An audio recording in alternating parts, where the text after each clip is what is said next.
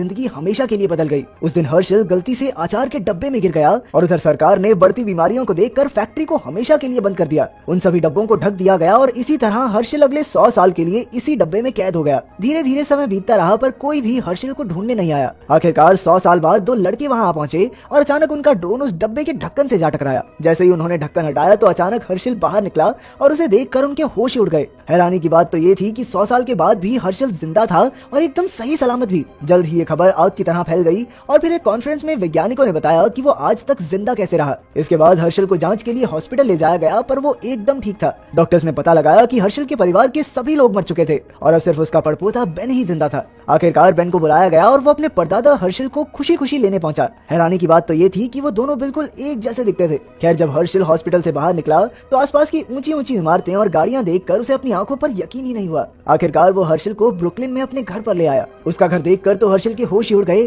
क्योंकि उसने तो अपनी पूरी जिंदगी गरीबी में बिताई थी। बेन ने कहा कि वो जब तक चाहे तब तक यहाँ रह सकता है, लेकिन हर्षल उस पर बोझ नहीं बनना चाहता था। खैर बाद में बेन ने उसे सेल्जर वाटर पिलाया जो हर्षल के जमाने में सिर्फ अमीर लोग ही पी सकते थे। उसे पीकर तो हर्षल काफी ज्यादा खुश हो गया। फिर बेन ने एलेक्सा से कहकर एक पुराना गाना बजाया और दोनों मस्ती में नाचने लगे। कुछ देर बाद हर्षल ने बेन से पूछा कि वो काम क्या करता है, पर जब बेन ने बताया कि वो एप्स बनाता है तो हर्षल को कुछ समझ नहीं आया। बेन ने बताया कि वो पिछले 5 साल से बूप बॉप नाम की एक ऐप बना रहा है जिससे लोग सामान खरीदने से पहले जांच कर सकते हैं कि ये कंपनी भरोसे लायक है कि नहीं। पर हर्षल ने देखा कि दीवारों पर तो उनके परिवार की कोई तस्वीर नहीं थी, तो बेन अपने कमरे से एक एल्बम लेकर आया। जब हर्षल ने सारा की तस्वीर देखी तो उसकी आंखें भर आई। फिर उसने बेन से अपने माँ बाप यानी अपने पोते और बहू के बारे में पूछा, पर बेन ने भारी मन से बताया कि वो एक दुर्घटना में मारे गए थे। फिर अगले दिन वो दोनों अपने परिवार वालों की कब्र पर गए, पर सारा की कब्र की इतनी बुरी हालत देखकर हर्षल वहीं रोने लगा। तभी उसने देखा कि उसकी कब्र के ऊपर रूसी शराब के पोस्टर लगाए जा रहे थे। इसे देखकर हर्षल को उन्हीं रूसी फौजियों की याद आ गई जिनसे बचकर वो अमेरिका आए थे। इसके बाद हर्षल ने गुस्से में उन लोगों से पोस्टर्स हटाने को कहा,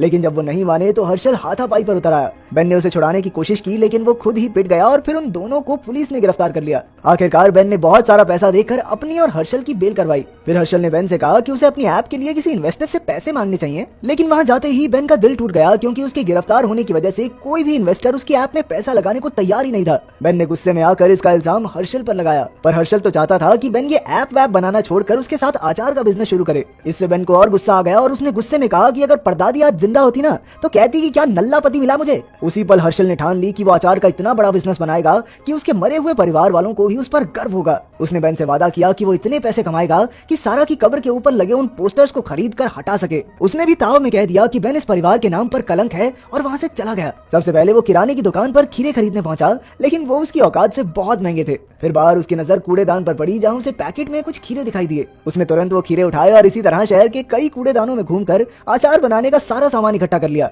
फिर उसने एक रेडी पर सामान रखकर नमक और बारिश का पानी मिलाया और आखिरकार खीरे का अचार बनकर तैयार। इसके बाद उसने सड़क किनारे अचार का ठेला लगाया और अपना पहला डिब्बा $4 में बेचा। उसने किसी भी केमिकल का इस्तेमाल नहीं किया और यह अचार दुकान से काफी सस्ता था, इसीलिए जल्द ही उसके ठेले पर ग्राहकों की भीड़ लग गई। हर्षल ने लोगों से कहा कि वो अचार खत्म होने के बाद उसी डब्बे में फिर से अचार भरवा कर ले जाएं। दरअसल ये कुछ और नहीं, सिर्फ उसकी कंजूसी थी, लेकिन लोगों को लगा कि उसे अपने आसपास की प्रकृति की बहुत चिंता है। देखते ही देखते लोगों ने उसके बिजनेस के बारे में सोशल मीडिया पर डालना शुरू कर दिया और जल्द ही उसके इतने कस्टमर बढ़ गए कि उसने सोचा ही नहीं था। उधर बेन अपनी ऐप के काम में आगे नहीं बढ़ पा रहा था और जब उसे हर्षल के नए बिजनेस की खबर मिली तो वो जल उठा। एक दिन उसने हेल्थ डिपार्टमेंट में फोन करके शिकायत कर दी कि हर्षल अपना अचार कूड़ेदान से उठाए सामान से बनाता है। फिर अगले ही दिन हेल्थ डिपार्टमेंट ने उसका ठेला बंद कर दिया और उसे $12,000 का जुर्माना भरना पड़ा। अब उसके पास कुछ नहीं बचा था, पर तभी उसके 2 ग्राहकों ने उसे सलाह दी कि उसे कुछ इंटर्न्स काम पर रख लेने चाहिए, उन्हें पैसे भी नहीं देने पड़ेंगे और काम भी हो जाएगा। इससे हर्षल की उम्मीद फिर से जाग उठी। हालांकि उसे लग रहा था कि ये तो गुलामी जैसा सा काम हो गया कि काम भी पूरा ले रहे हैं और पैसे भी नहीं मिल रहे, लेकिन फिर भी बिजनेस चलाने के चक्कर में उसने कुछ इंटर्न्स को काम पर रख लिया।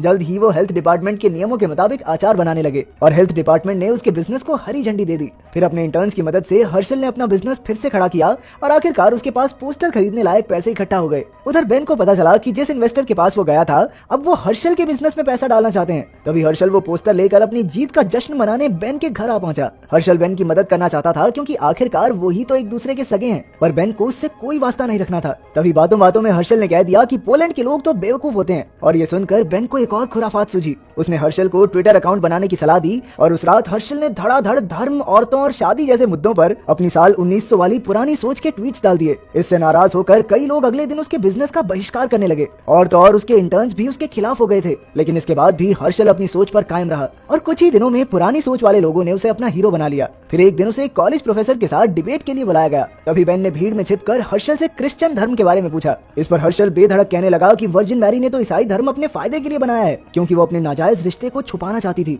और तो और उसने यहाँ तक कह दिया कि जीसस में विश्वास रखने वाला हर एक इंसान बेवकूफ है। ये सब सुनकर तो जो लोग उसके साथ थे उन्होंने भी हर्षल को दौड़ा दौड़ा कर पीटा, पर उस बेचारे ने जैसे तैसे एक गली में छिपकर अपनी जान बचाई। उस रात उसने टीवी पर खबर देखी कि सरकार उसे वापस यूरोप भेजने की तैयारी कर रही थी। उन्होंने हर्षल पर गैर कानूनी तरीके से यूरोप से अमेरिका आने का इल्जाम लगाया था। अब उसके पास कोई चारा नहीं था, इसीलिए हर्षल बेन से मदद मांगने पहुंचा। उसने कहा कि वो जंगल से होता हुआ कनाडा चला जाएगा और वहां अपना बिजनेस शुरू करेगा। आखिरकार बेन भी उसकी मदद करने को राजी हो गया और अगले दिन वो दोनों जंगल के रास्ते कनाडा में घुसने के लिए निकल पड़े। पर रास्ते में बेन को चोट लग गई तो हर्षल ने अपने कपड़े का हिस्सा फाड़कर उसके जख्म पर लगाया और रात की ठंड में उसे गले लगाकर सो गया। हर्षल के दिल में अब भी बेन के लिए उतना ही प्यार था। फिर अगली सुबह वो कनाडा की सरहद तक पहुंच गए, पर तभी अचानक उन्हें फौजी दिखाई दिए, इसीलिए उन्हें तुरंत छिपना पड़ा। अब बेन को हर्षल के लिए बुरा लग रहा था, इसीलिए उसने सब सच बता दिया कि उसने ही हर्षल से वो ईसाई धर्म वाला सवाल पूछा था ताकि हर्षल का धंधा चौपट हो जाए। बेन ने उससे माफी मांगी, पर हर्षल ने तो गुस्से में उसके मुंह पर मुक्का मार दिया। इससे बेन वहीं बेहोश हो गया और यही हलचल सुनकर फौजी उनकी ओर बढ़ने लगे।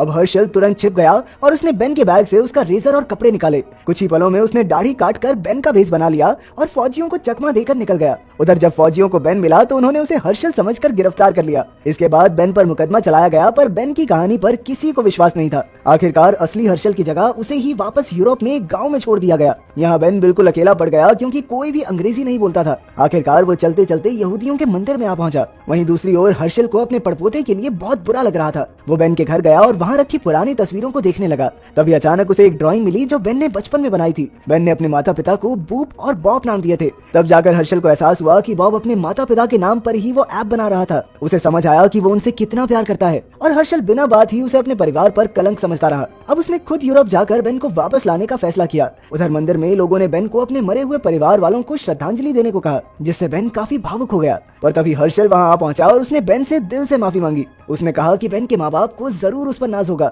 आखिरकार बेन मान गया और वो दोनों एक तालाब पर घूमने गए, जहां हर्षल और सारा 100 साल पहले जाया करते थे। यहाँ उन दोनों ने मिलकर फिर से अचार का बिजनेस खोलने का फैसला किया और बेन ने बिजनेस के लिए वेबसाइट बनाने का जिम्मा